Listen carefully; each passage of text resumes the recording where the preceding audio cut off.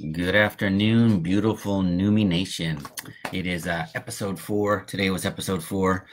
Another fantastic day of programming, overcoming obstacles related to technology and bandwidth, and finding materials in our homes when we didn't plan, as teachers, as educators, being homebound for many, many days on end.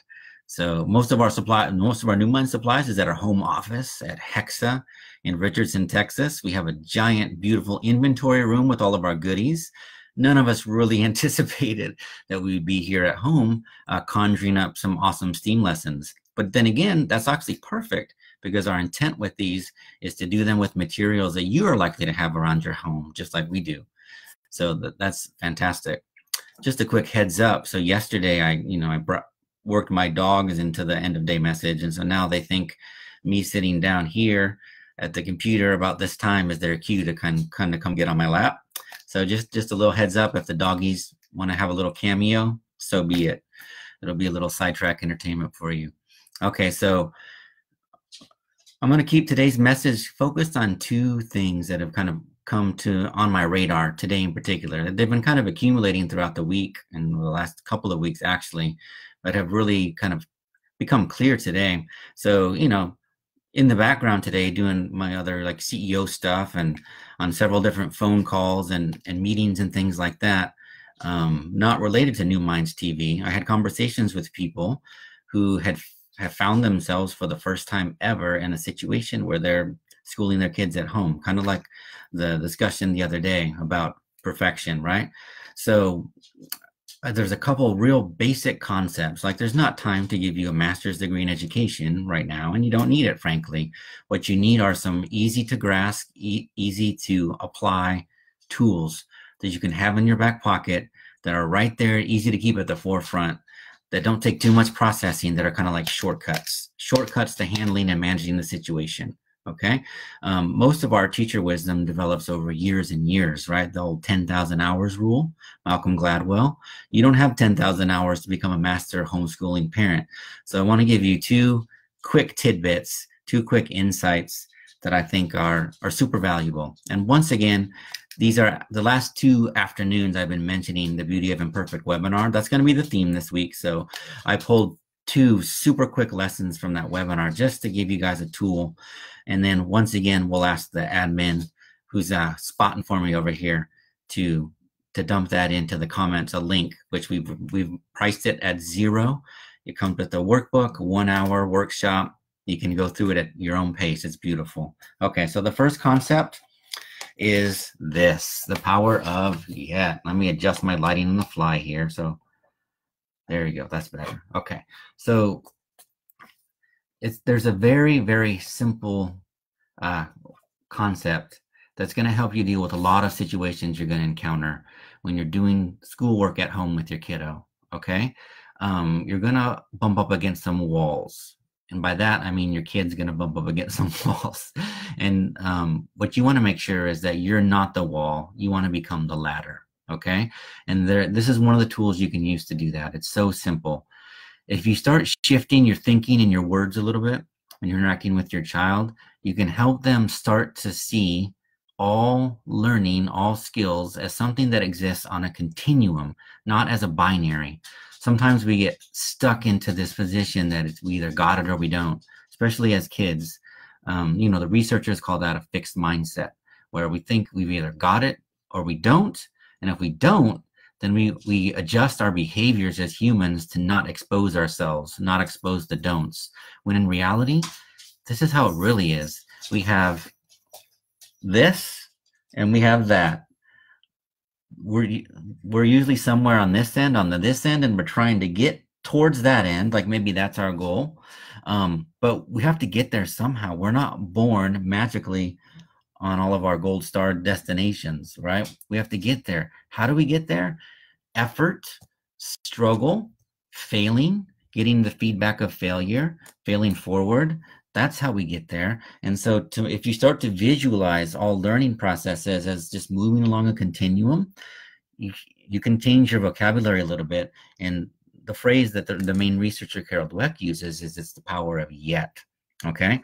Example, you're there doing long division with your child or whatever it might be, writing a an analysis of a history, writing a history paper, whatever it might be, right? And they're frustrated, they're stuck. They say, I can't do long division. I can't do algebra. I can't write a term paper. By inserting this one simple, straightforward word of yet, you're kind of shifting the whole panorama from a binary can't to a continuum yet, right? And so how do you move along the continuum? With effort, with struggle, with failure. So if you remember that as a parent, frame the situation for your kiddo when they're stuck, when they hit that wall, you can kind of revisualize yourself, first of all, because maybe you didn't necessarily have this attitude growing up either when you were going to school.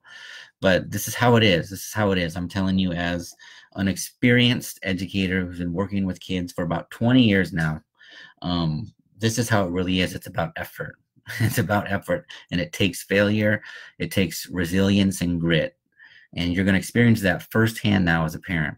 So I want to give you one more tool. So that's the power of yet. That's related to the concept of growth mindset versus fixed mindset.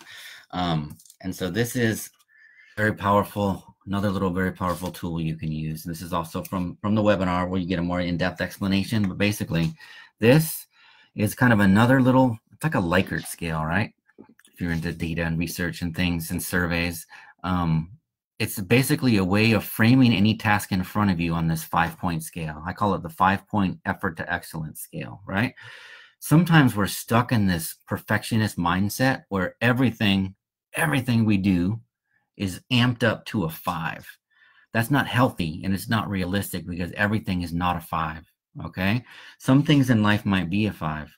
If I'm going to present my PhD thesis to a big committee next week, I think I'm going to put a 5-level effort into that so I can deliver like to the maximum of my ability, right?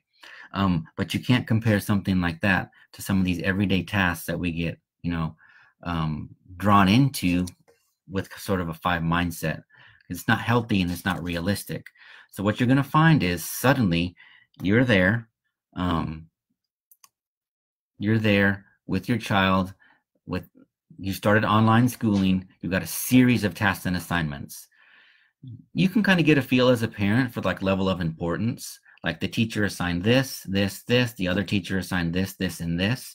A child with a perfectionist mindset might be labeling all of those a 5 and therefore be in high anxiety mode, aside from all the other external anxieties that they're picking up on right now.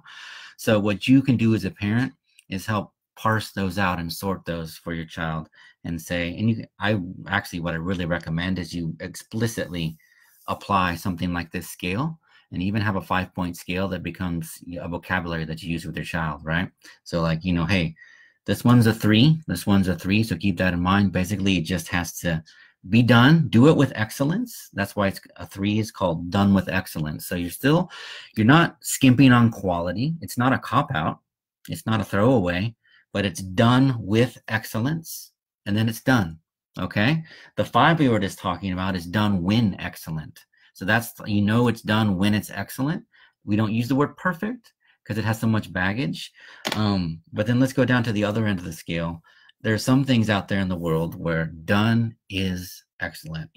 Pull the weeds, take out the trash. And in terms of schoolwork, sometimes even some homework is just a 1 or a 2.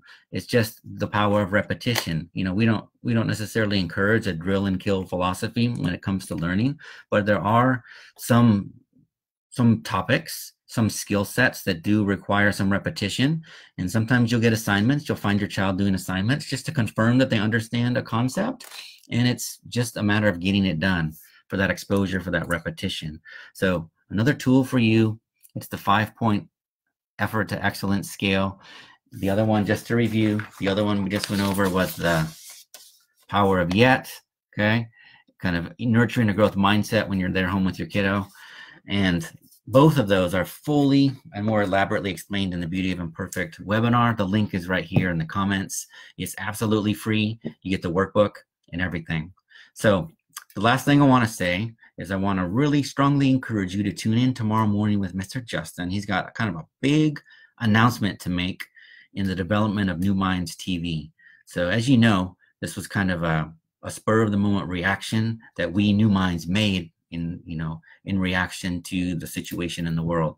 We knew that our expertise is in the area of education, enriching, hands-on, engaging education. And we have almost 8 full years of curriculum accumulated of programs that we're in the process now of turning into an online format for you, for the world.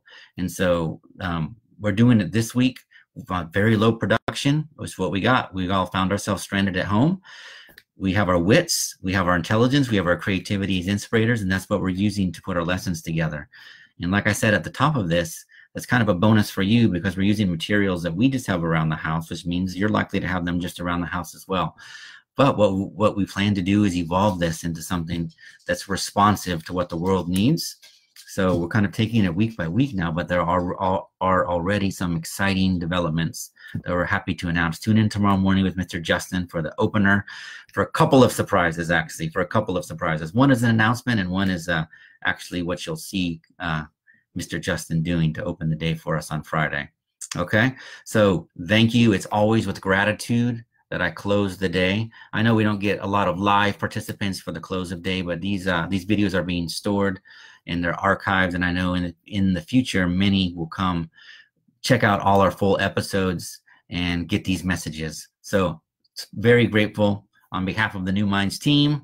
Have a beautiful, safe evening with your family, and please tune in tomorrow. Talk to you all soon.